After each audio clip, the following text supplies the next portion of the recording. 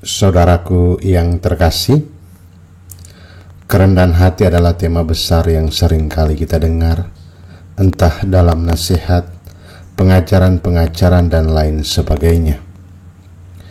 Kerendahan hati itu berkaitan erat dengan status, kedudukan yang semuanya terarah pada tempat yang layak untuk kita berada.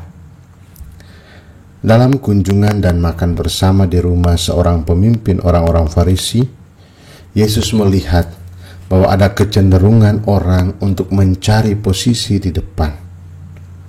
Mereka mencari tempat terdepan bukan untuk mendengarkannya, tetapi terlebih untuk mendapat penghormatan dan juga pujian atas status atau jabatan yang dimiliki.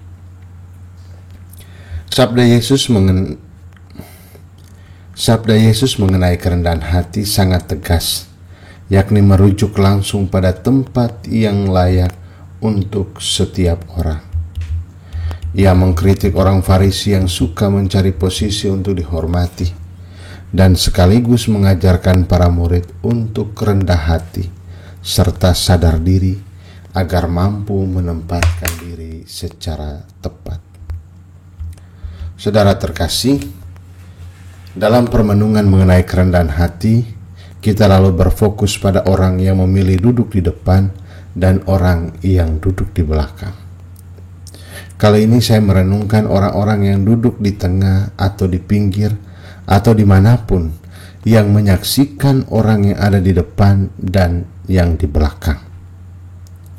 Saat orang yang sudah duduk di belakang mendapat undangan untuk duduk di depan, maka kita lalu bertanya, siapakah orang itu sehingga mendapat tempat yang istimewa di depan?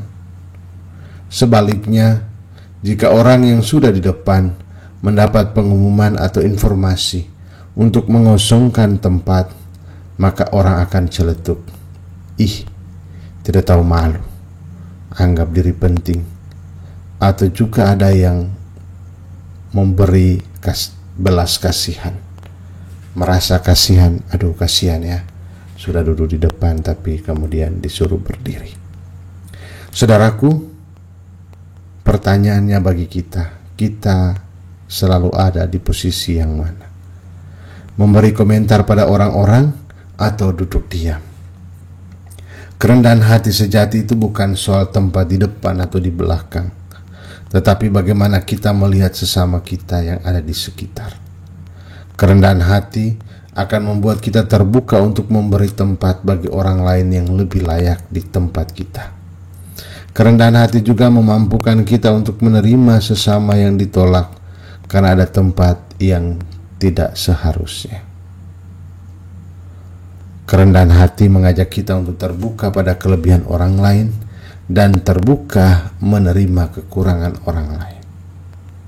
Saudara terkasih, tempat yang layak itu Tuhan sudah sediakan bagi kita semua dengan anugerah-Nya. Sadarilah itu sehingga kita tahu menempatkan diri dan juga mampu menghargai orang lain. Mencela atau menilai orang lain tidak akan membuat kita menjadi lebih baik, lebih terhormat. Sebaliknya, terbuka menerima sesama apa adanya membuat kita semakin menjadi manusia bermakna, manusia yang punya nilai yang kita perjuangkan, yakni kerendahan hati. Selamat hari Minggu, Tuhan memberkati.